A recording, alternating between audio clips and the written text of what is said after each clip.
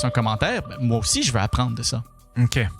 Est-ce que tu sais, ce que tu fais, est-ce que c'est pas un petit peu la démonstration qu'il y a un manquement au niveau du journalisme? T'en penses quoi du journalisme, admettons, dans les dernières années? Ben, quand on parle du journalisme, c'est les faits.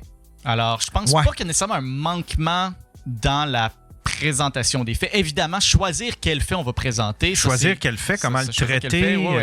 La seule façon de faire un journalisme parfaitement factuel, ce serait de mettre des caméras absolument partout puis rendre absolument tout disponible en tout temps pour tout le monde. Parce que là, il n'y aurait pas de choix éditorial sur quels faits sont importants, quels faits ne le sont pas. Si on parle, par exemple, un journaliste veut rapporter qu'il y a eu un accident d'auto, ben c'est peu probable que le journaliste va s'attarder à la couleur des souliers du chauffeur. Ça, c'est un choix éditorial, mais c'est un choix éditorial parce que le journaliste considère que c'est pas un fait important. Mais tu sais, pour te démontrer à peu près ce que je veux dire par là, c'est que, tu sais, avant un bulletin de nouvelles, c'était des faits. Ça durait une demi-heure. Ouais. Il y en avait un le matin, un le midi, un sur l'heure du souper, puis un le soir. Ouais. C'était des faits. Puis après ça, est arrivé les Jean-Luc Mongrain, est arrivé les éditorialistes, est arrivé les panels de débat, les chaînes de nouvelles continues. Puis là, ben, dans les chaînes de nouvelles continues, là, il y a beaucoup plus de panélistes, puis de débats, puis d'éditorialistes, de ce que je peux observer, du moins, que de vraies nouvelles. Puis on dirait qu'on est en train d'oublier justement la distance entre l'éditorialisme puis le journaliste. Tu sens ça, toi? T'sais? Mettons, aux États-Unis, t'écoutes Fox News ou CNN, c'est que des panélistes, puis des débats, puis c'est de l'opinion. Mais pourtant, c'est des réseaux de nouvelles continues, tu sais. Ben, je me sens un peu dépourvu à répondre parce que moi, j'ai jamais vécu dans un monde où il n'y avait pas des nouvelles en continu.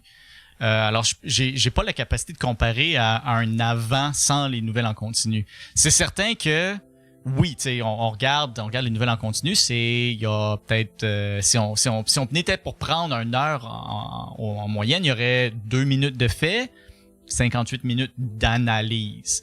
Et puis là, l'analyse est présentée d'une façon oppositionnelle. Alors, tu vas avoir quelqu'un qui a un point de vue X, quelqu'un qui a un point de vue opposé, et puis les deux vont débattre, et puis ça, c'est du journalisme. J'apprécie, je pense qu'à l'origine, c'était une tentative d'être impartial et de remplir du temps.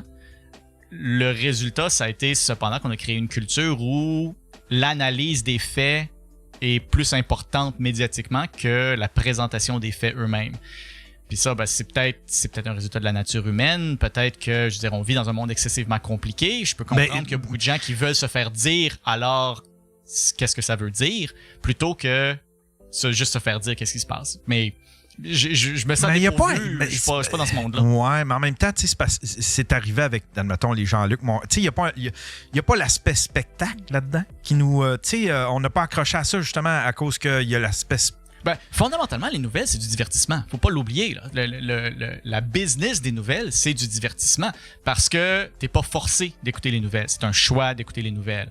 Alors, si tu as le choix d'écouter les nouvelles, tu vas écouter les nouvelles si je veux dire, t'as pas besoin de le faire pour ta job généralement. La plupart des gens n'ont pas besoin d'écouter les nouvelles pour pouvoir faire leur travail. Ils n'ont pas besoin d'écouter les nouvelles pour se nourrir.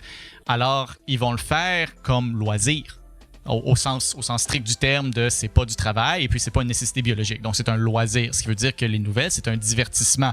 Les gens vont écouter les nouvelles parce qu'ils ressentent un besoin d'épanouissement personnel, à savoir à écouter les nouvelles. Ouais. Alors, une fois qu'on réalise que les nouvelles, c'est un divertissement, ça devient... Là, bon, on ajoute l'appât du gain là-dedans. Ceux qui sont les plus divertissants vont aller chercher le plus d'argent. Ouais. Et puis là, ça devient une business. Puis je dis ça, je veux dire, je sais pertinemment que ça s'applique à moi aussi. Ce que je fais, c'est du divertissement. Les gens sont pas obligés d'écouter mes vidéos. Ils le font parce qu'ils ressentent c'est ceux qui écoutent mes vidéos. Je pense que c'est ou j'espère que c'est parce qu'ils ressentent un sentiment d'épanouissement à écouter mes capsules, et puis c'est pour ça qu'ils le font. S'ils trouvaient que ce que je fais, ça leur apporte rien, ils m'écouteraient pas. Alors moi aussi, c'est du loisir. Mais bon, moi, je le fais, j'ai pas besoin de me faire d'argent à faire ça. Alors peut-être que ça me libère à pas avoir à m'occuper ou à pas avoir à m'attarder à qu'est-ce qui va être le plus punché, qu'est-ce qui va attirer le plus de monde. Je suis pas obligé d'essayer de hacker le centre de dopamine du cerveau des gens qui m'écoutent pour que je puisse survivre. Ouais, j'ai l'impression que c'est ça qui s'est un peu passé, puis c'est parce que, tu sais, avant, l'époque où je te décrivais que toi, t'as pas vécu, mais moi, je l'ai vécu, j'ai 50 ans, j'ai 51 ans, on nous donnait les faits.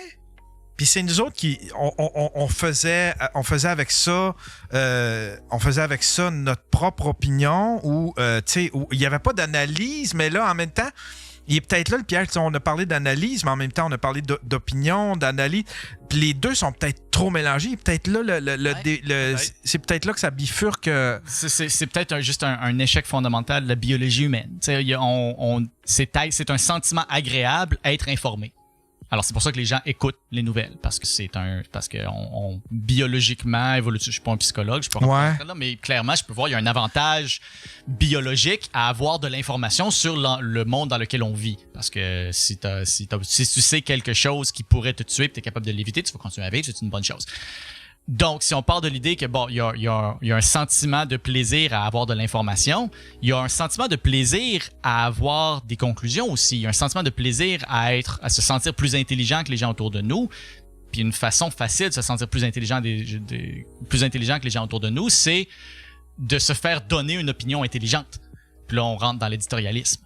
Et puis, fondamentalement, comme je disais, c'est du loisir, c'est du divertissement. Alors, ils veulent... Ce qui fonctionne, c'est ce qui donne un sentiment de plaisir. Tu sais, peut-être c'est juste un problème de biologie humaine. Que la biologie humaine attachée au besoin d'avoir des profits pour pouvoir continuer à exister.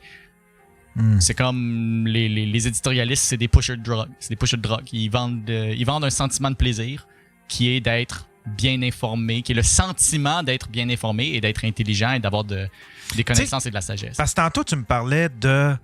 comment tu as nommé ça? La source de... Une source première. Source première, tu sais.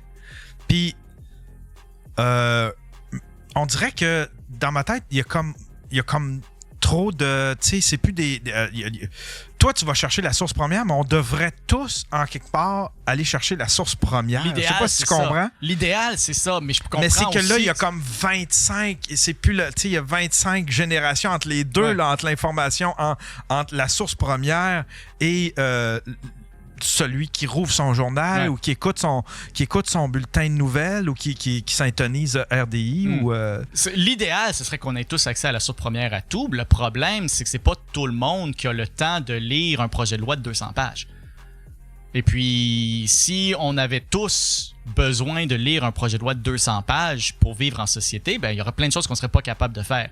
C'est normal dans l'organisation humaine qu'on se spécialise. Moi, je suis pas capable de faire des souliers. Alors, je vais payer quelqu'un pour faire des souliers.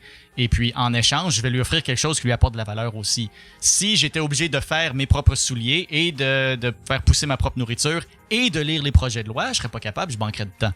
Alors, si on veut avoir une société complexe, c'est un peu un coût obligatoire à ça. C'est qu'on va avoir des gens qu'on va...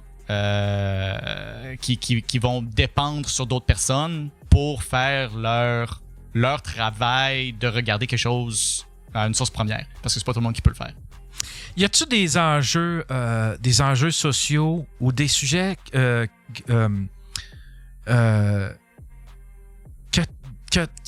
qui te répulsent un peu, mais tu fais comme, je vais en parler pareil, parce que j'ai l'impression que, je sais pas, faut que j'éclaircisse quelque chose là-dessus. J'ai cette espèce de sentiment de, il faut que j'en parle. Qui me répulse. Ouais, tu sais que genre, ça encore, si on est encore là. Oui, pas qui me répulse, mais qui m'exaspère. Des choses comme, OK, il faut encore qu'on... Ouais. On n'a pas... Ça, c'est pas réglé. Puis ça, c'est du travail qui va jamais être réglé parce que je vais jamais être capable de parler à tout le monde. Tu sais, des sujets que j'aborde régulièrement. Ou des fois, je fais comme, je vais juste repasser le vidéo que j'ai faite là-dessus il y a 6 mois parce que j'ai déjà dit tout ce qu'il y a à dire, mais clairement, il y a des gens qui l'ont pas encore vu. Ça m'arrive. Des sujets comme, tu sais, pourquoi la démocratie, c'est une bonne chose? Il y a des gens qui questionnent la démocratie, qui disent ben non, ouais. c'est pas tout le monde qui devrait avoir le droit de voter. Là. Il y a des gens qui sont pas assez intelligents pour voter, ils devraient pas avoir le droit de voter. Ou tu sais, t'as des gens qui disent ben ouais, mais pourquoi lui devrait voter, il paye pas de taxes. Ou même juste l'idée, tu sais, pourquoi on devrait même voter, pourquoi on devrait pas juste tout faire confiance à. On a des intelligences artificielles maintenant, on a des experts, on devrait juste.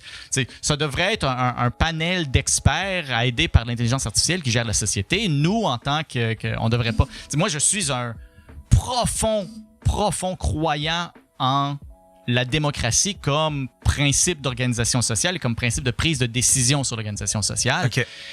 Et je réalise que c'est pas tout le monde qui a internement accepté ou qui comprend ou qui valorise la démocratie.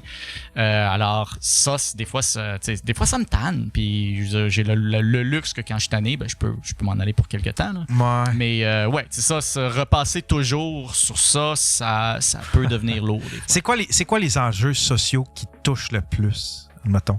Si tu avais à faire un top 3, admettons, d'enjeux sociaux qui viennent plus te chercher que les autres?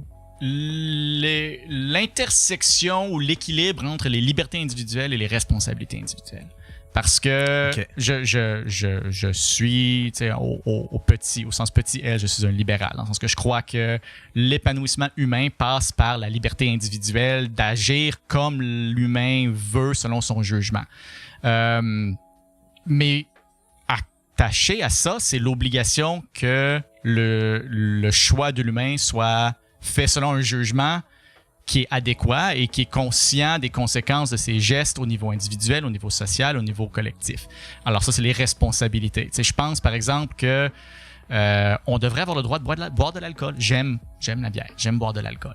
Parce que ça fait partie de mon épanouissement humain de pouvoir relaxer avec une bière à la fin d'une journée. Je suis aussi très conscient que si je bois trop puis je me mets à battre mon voisin, c'est une mauvaise chose. Ouais. Alors, avec ma liberté de boire de l'alcool, quand ça contribue à mon épanouissement humain individuel, vient la responsabilité de boire de façon responsable. Ça, c'est un exemple trivial. Tout le monde comprend ça, tout le monde est d'accord avec ça. Mais il y a des choses plus complexes, comme par exemple, avec ma liberté de travailler pour mon bien matériel, un salaire, me faire de l'argent, vient une responsabilité après ça d'utiliser l'argent que j'ai, qui m'appartient, dont je suis maître, de façon responsable avec la société.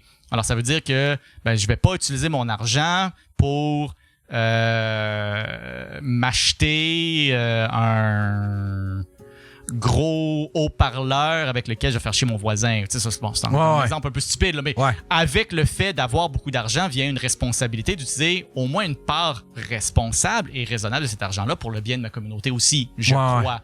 Et puis ça, ça, c'est pas quelque chose qui est évident pour tout le monde. Il y a beaucoup de gens qui vont dire, c'est mon argent, je peux en faire ce que je veux, puis je dois rien à personne. C'est pas vrai, ça.